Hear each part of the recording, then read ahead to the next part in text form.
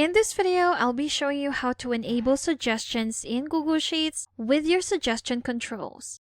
So there's so many suggestions that you can enable here in Google Sheets. One of them would be your formula suggestions. If I try and start a formula right here, it doesn't really suggest any formulas with me, like what I want to do or what I might want to do. For example, I want to multiply this to this one right here. There I have it.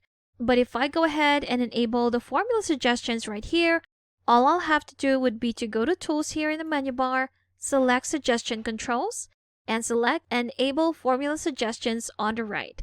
If I click on this, and I try and start a formula right here, there you have it. We have a suggested formula for this cell right here, which would be the same formula that we did. So that's this one multiplied to this one equals to this one. If I click on that, there you have it. So there's so many other suggestions that you can enable with your suggestion controls. If we go back to Tools in the menu bar and select Suggestion Controls, we can also enable our table suggestions. If I click on that, try it with another example right here. If I click on the inside of this table, there you have it. It will automatically suggest that I convert this into a table. If I click on this, there you have it. It has successfully converted my data into a table. And there you have it. That's how you can enable suggestions here in Google Sheets using your suggestion controls.